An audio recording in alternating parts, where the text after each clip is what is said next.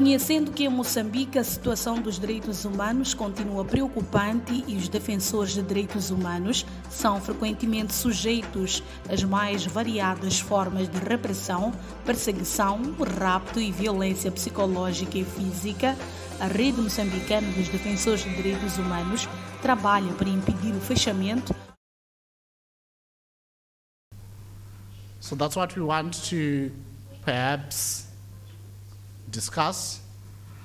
So what I'm going to do is I'm going to ask each group one question and they discuss the question. Then they'll give us feedback. Okay, so the groups are as we are seated. So the groups are based on our tables. So I'm going to say, you guys here on the first table, you're a group. Then that's a group there, group. All right, I can see people are still coming back in, so.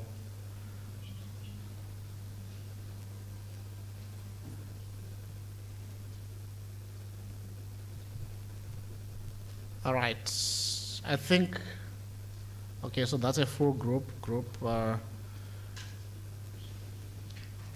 Sorry, the group at the center, sorry ma'am. Are there any people coming to join you?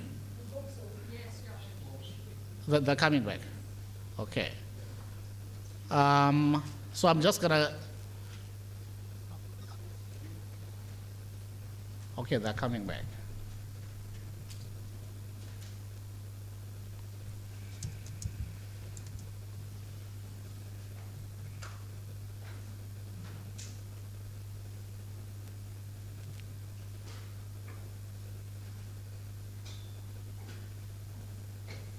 All right, so just by way of summarizing, I'm just going to go through the reasons why the tribunal failed, right? We have discussed them, but I just want to summarize them so that we keep them in mind when we answer the questions that I'm going to be asking.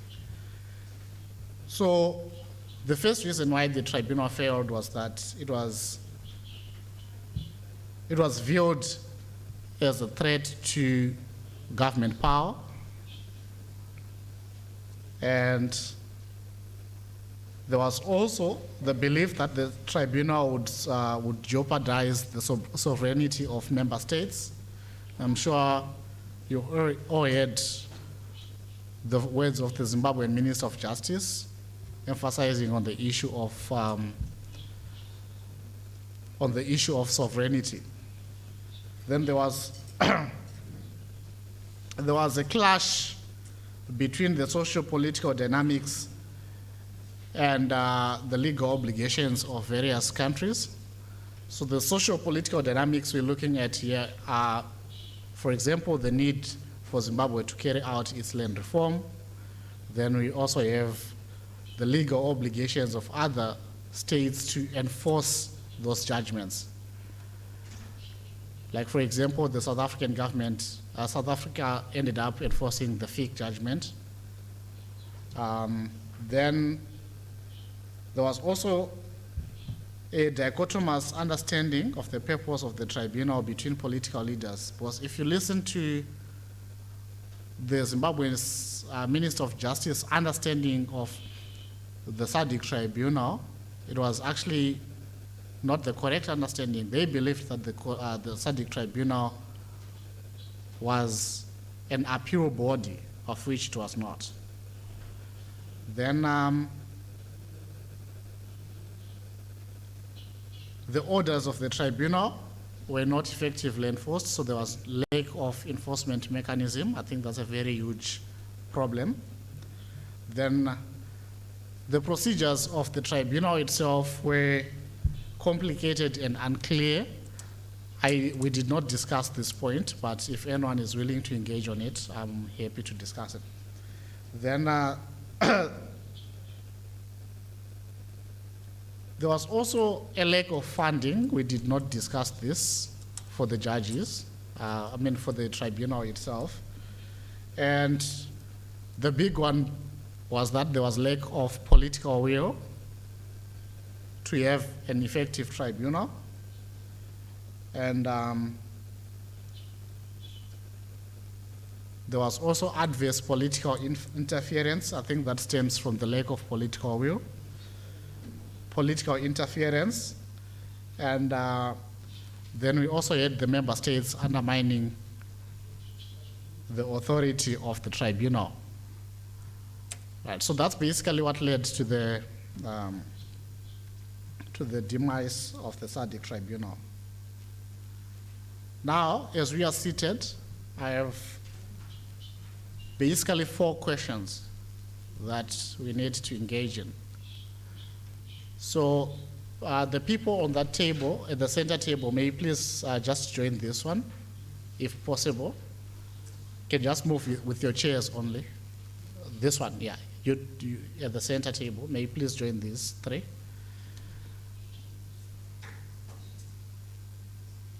So that leaves us with 4 groups. Okay, that's perfect.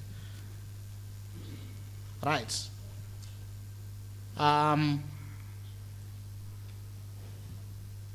Group 1, this group, I'd like you to discuss whether or what are the prospects for the protocol, for a new protocol to be adopted and allow for individual applications or individual petitions. That's for this group. So basically we're talking about the prospects of having a tribunal with individual access, like the old tribunal. Then the second group, that's there. Yeah, your group. I would like you to discuss how to ensure institutional security of the tribunal and avoid a repetition of the case of Campbell. So you're looking at institutional security.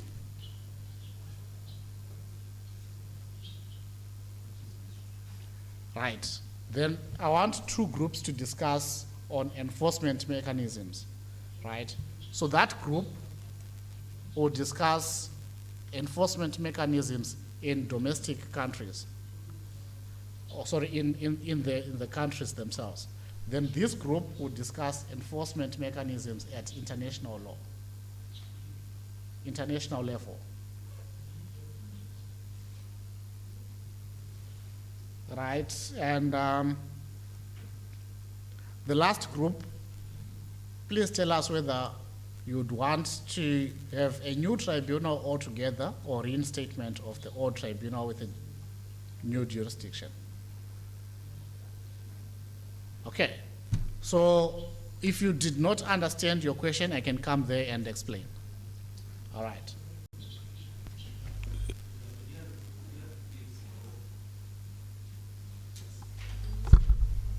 Okay. I think you have translator. Can you, our groups, can you repeat for okay. Your group, okay.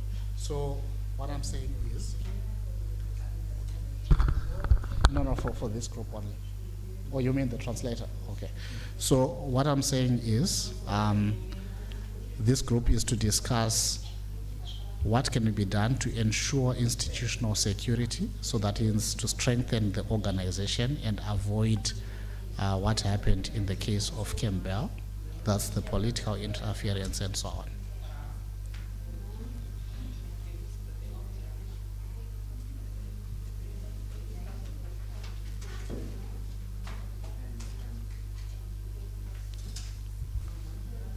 It's fine, okay.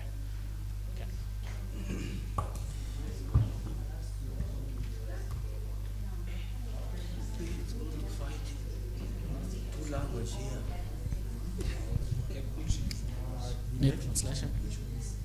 Okay, so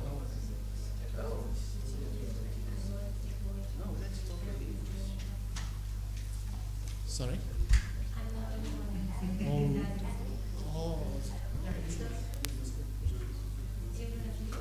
Yeah, so it would be out.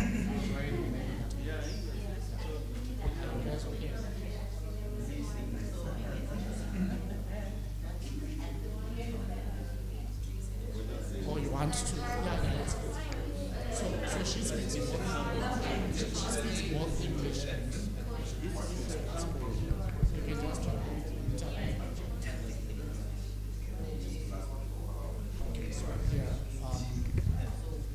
know there are many ways to enforce the judgment. So a judgment can be enforced in the country where the violations took place. Right? But we have a problem with countries that refuse to enforce those judgments. How do we get this? Switch off. Then those ones will do the opposite, to say we also have international law that says any judgment can be enforced anywhere. Like for example, the Zimbabwe judgment that was enforced in South Africa. Right? What are the prospects of that? So you guys as domestic, you're looking at local. It's not clear.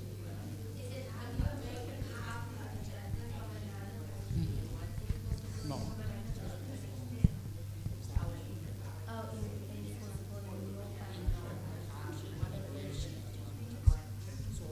We take a case to the tribunal says, go back to the country, go and register this judgment and get it enforced. Right? How do we ensure that those governments enforce these judgments? Because they can refuse. Okay, it's clear.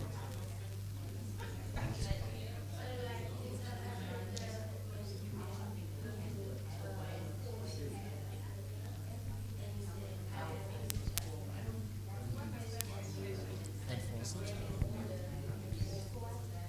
Yes.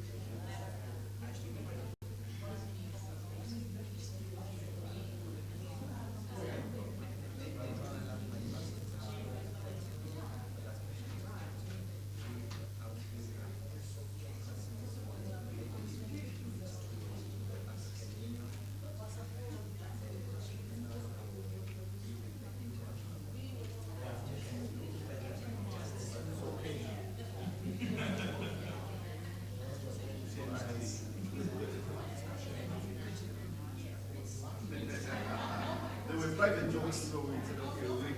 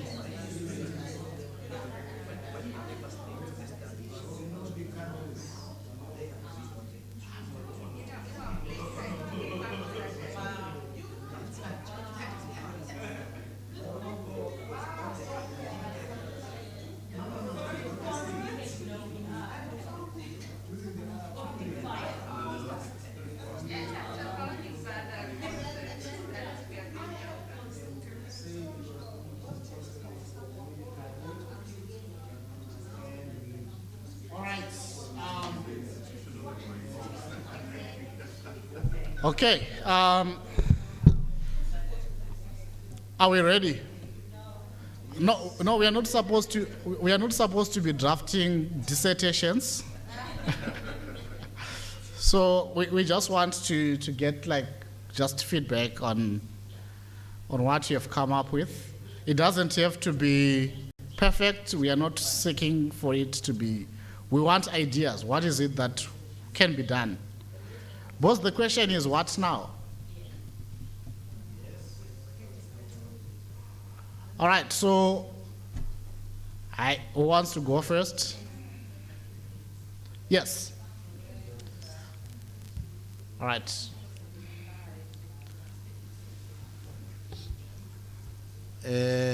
Our group was working on ensuring institutional security. Uh-huh.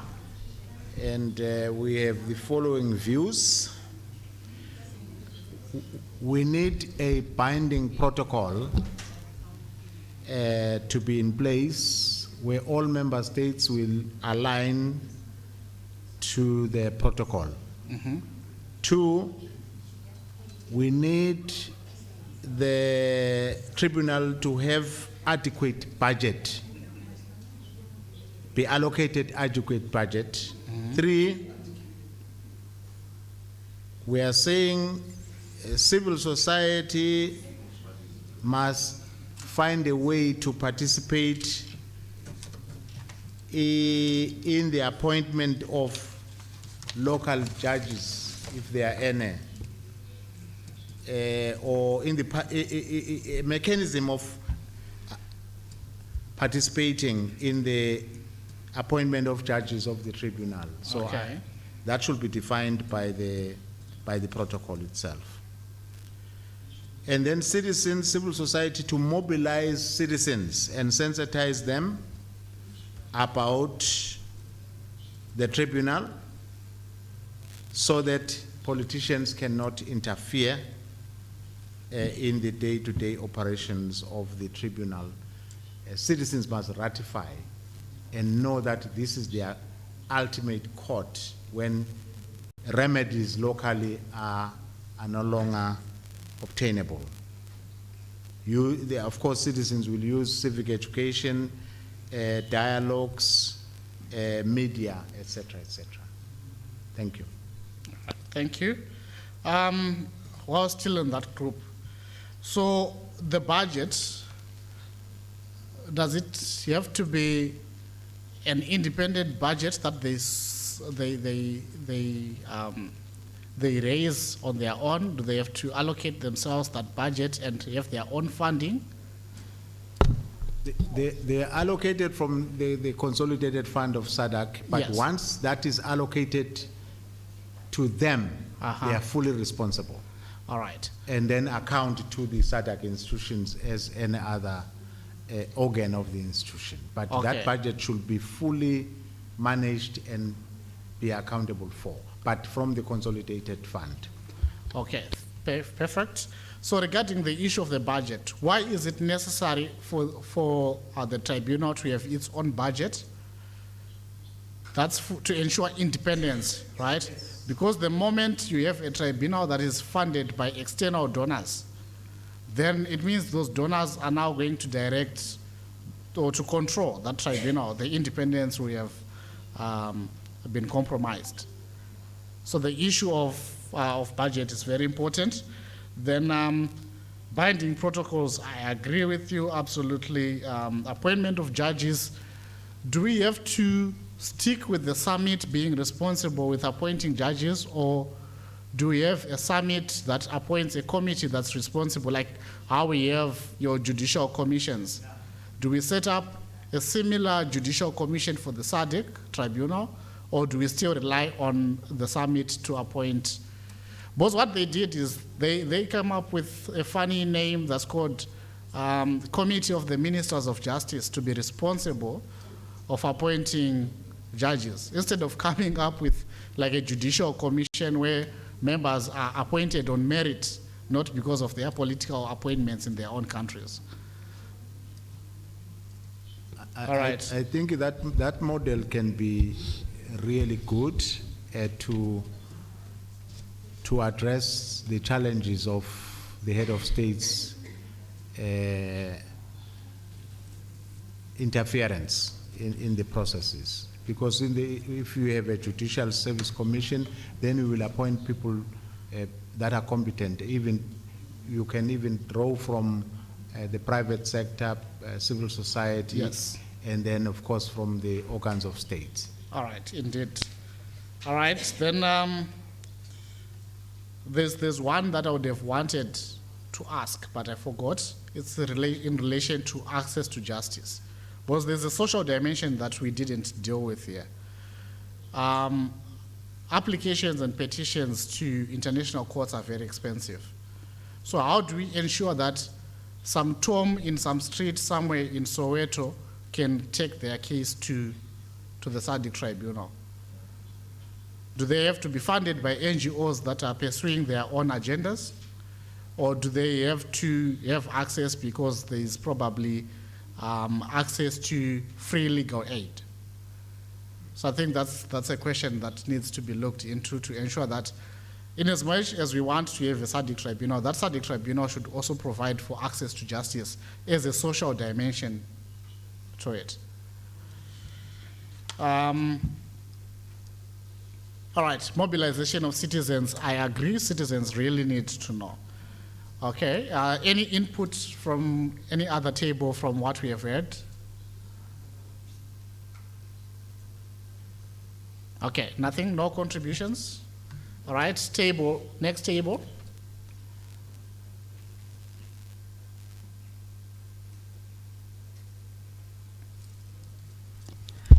Well, the time was very, very short, but we discussed some experience from Mozambique and South Africa and what we think that there are possible solutions for us.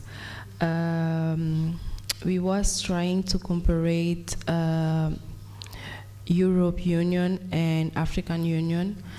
They are very different from the structure and how the power of Europe Union having the countries that are members and how African Union is not that empowered. So we would like to suggest, or we think that empowering SADC has a supranational issue or actor will help us to enforce more than many things that are being decided at regional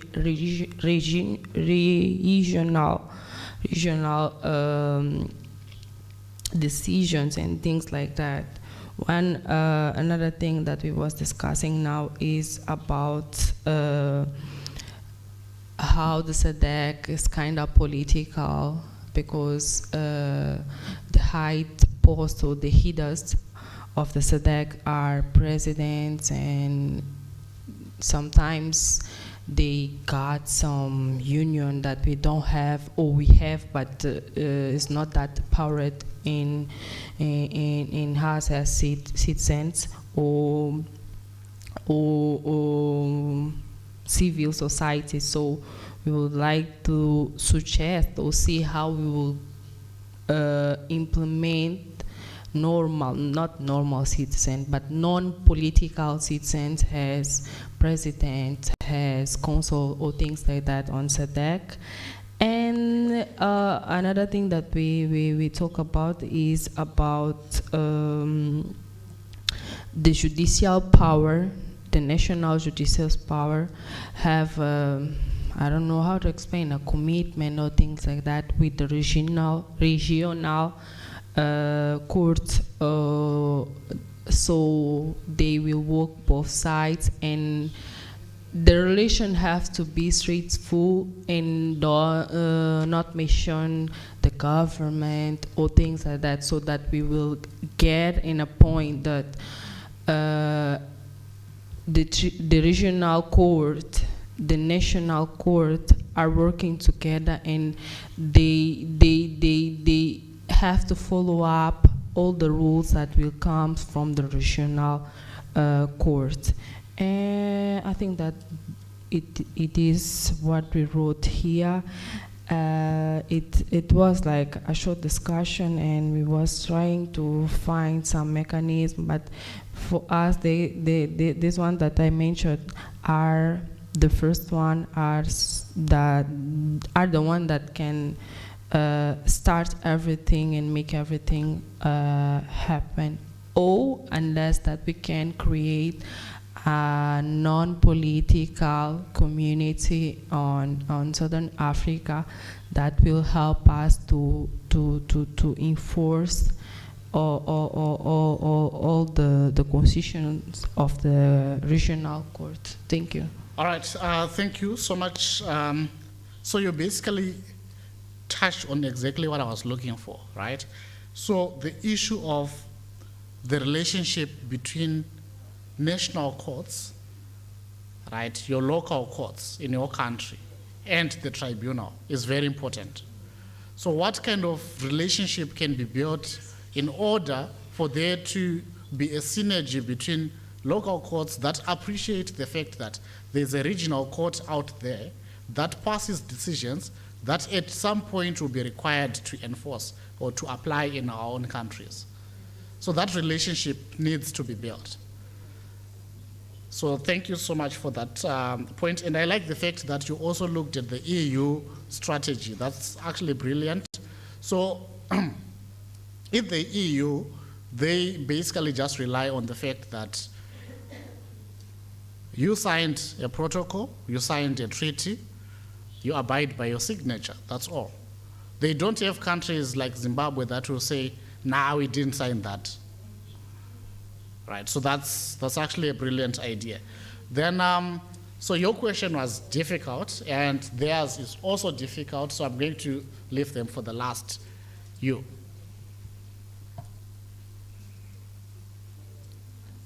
Yes. Who's the Speaker of Parliament? Madam Speaker, say.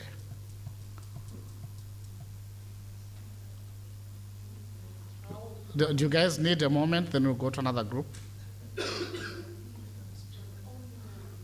All right, let's go to the other group there.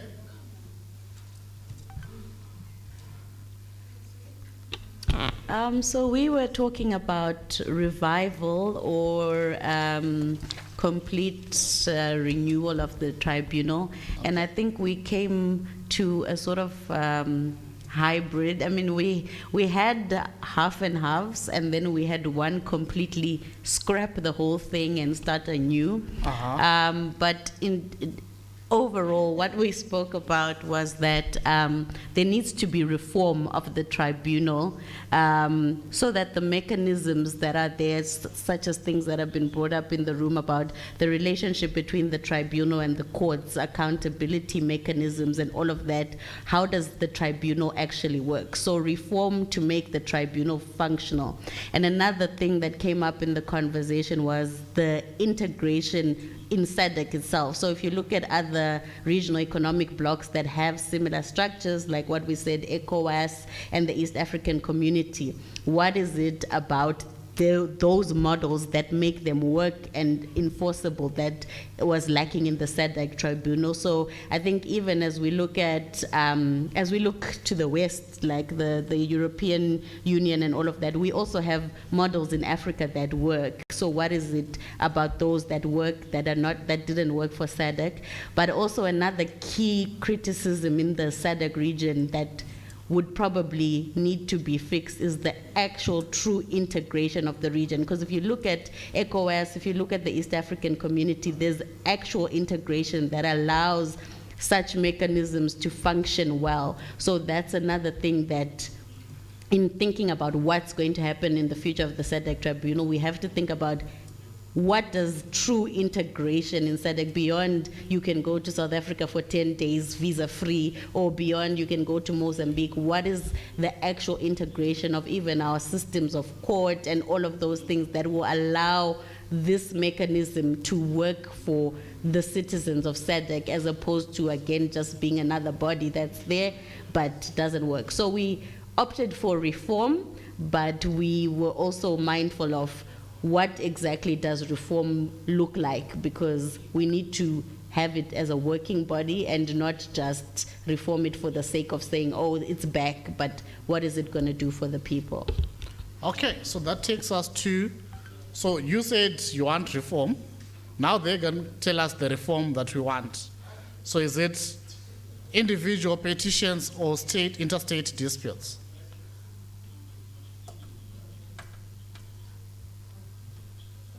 You still need a minute. Yes, Mr. Speaker. All right.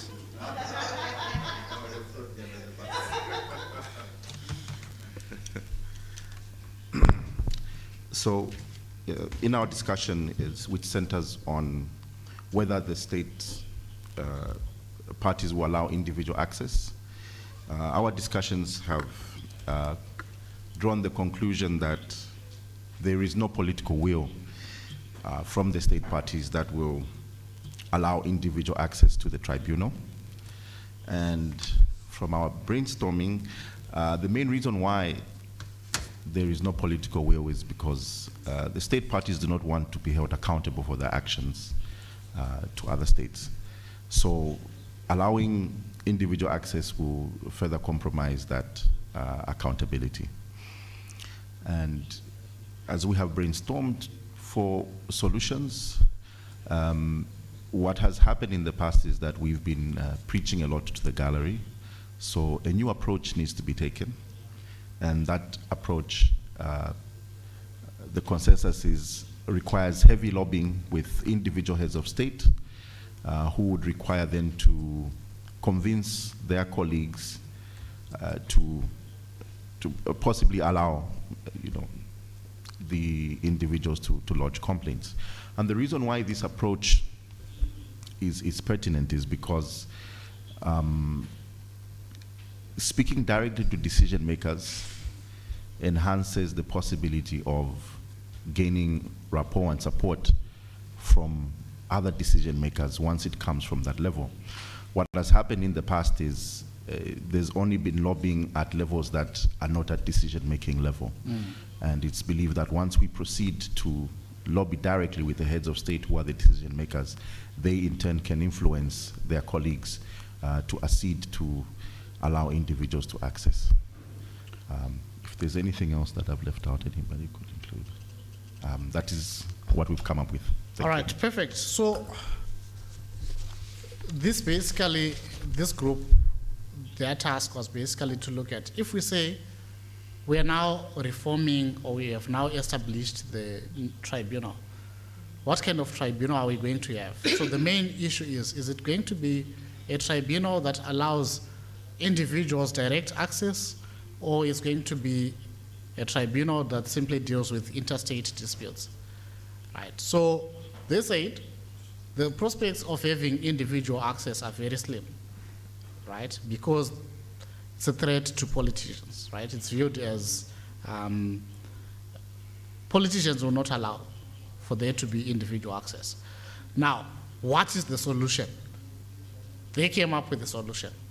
They said, let's lobby with the people that matter. Right? We've been preaching to the gallery, but now let's lobby with the people that matter. Now the question is, who are those people? Right? Who are those people? In my own opinion, I think if you approach friendly nations, I mean, we already know which countries are for and against the tribunal. The ones that are against the tribunal are known. The ones that are for the tribunal are known. That's the political capital that I was talking about earlier, that countries like Botswana and Namibia, they are known that they support the SADC tribunal. It's public knowledge. I'm not too sure about Zambia's new government. Perhaps it's a government to consider, so it might also become friendly, right? Because they are for human rights and democracy and so on, at least according to what they tell us. Yeah, so at least you have a starting point. You have Namibia, you have Botswana, you have Zambia. then use them to then garner support of the other states. I think that would be a good strategy.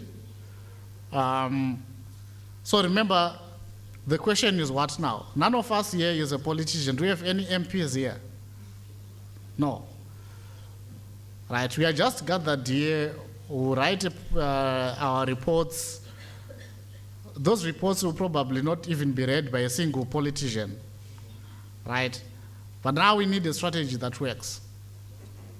So I think approaching friendly nations would be the best strategy to get the tribunal revived and enhance the mechanisms that, that currently exist. Right, now, how do we enforce these judgments? So at first we heard that these judgments can be enforced domestically if there's a relationship between national courts and the tribunal, right? So that's easy peasy. Now let's get the most difficult part, which is enforcing those decisions elsewhere in the event that the national governments have refused to enforce them. So that's your table, this one, group 5. Yeah, thanks. Our first point was to check on the very same issue that we are bringing up, looking closely at the ratification process to say once a country ratifies, then it has to be bound by that. So if you ratify this treaty that establishes the tribunal, then you must then be willing to abide by all the decisions that are going to be taken there. So the judgments should then be enforceable in any of the member states. That is what we thought could be. And everybody is expected to comply who is a member state. And we also said that probably we may need to also think about how do these judgments, if somebody is not satisfied with the judgment from the SADC tribunal, must also be allowed to have a court probably of appeal, which may be at the African court level, so that they are also given that opportunity to argue out their case. But once it has been concluded, then it must then be enforced. Yes, by all those, but we must also look at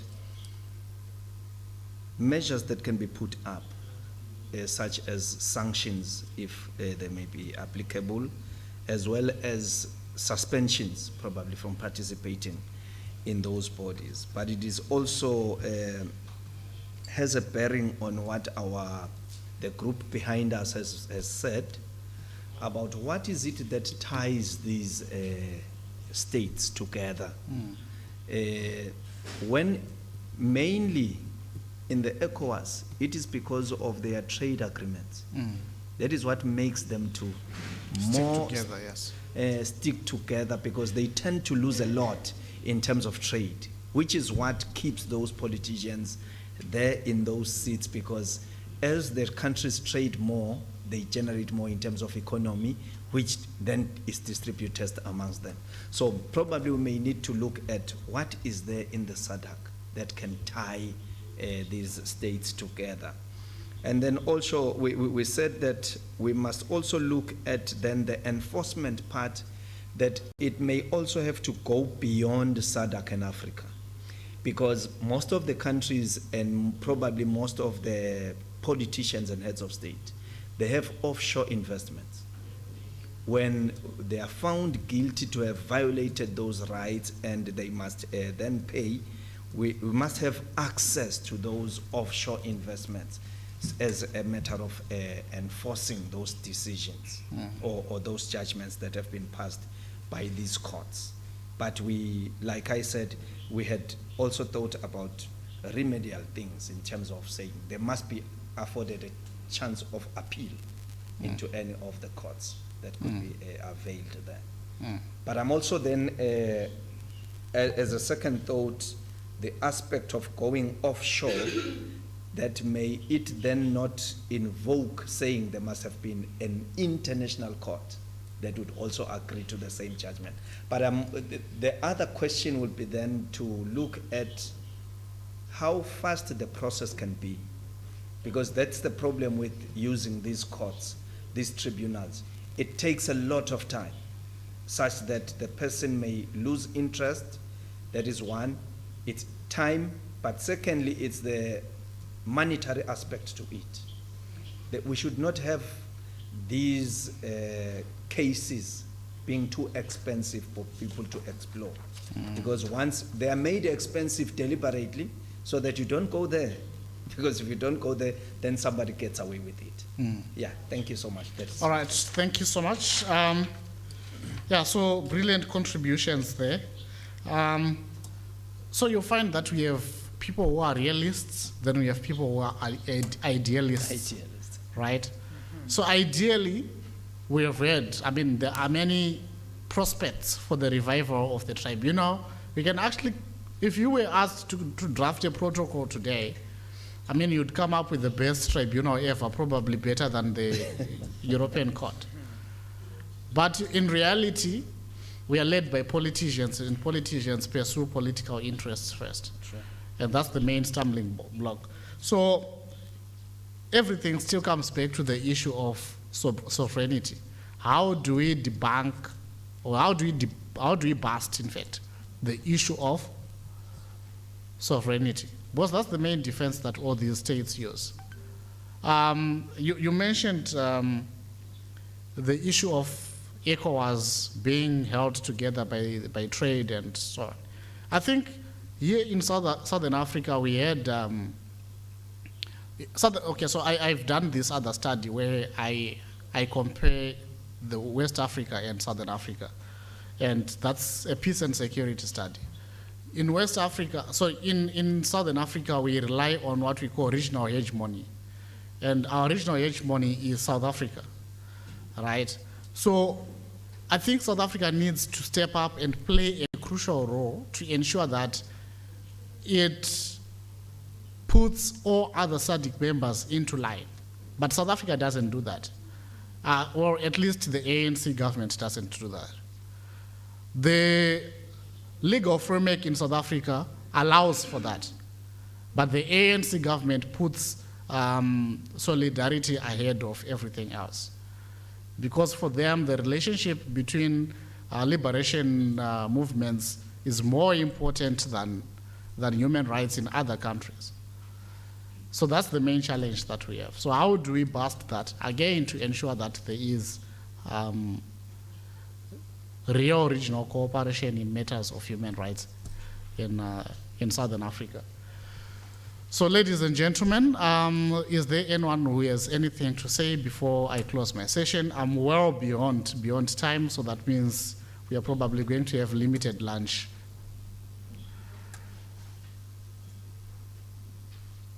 Any questions? All right, thank you so much, and have a wonderful day. Thank you.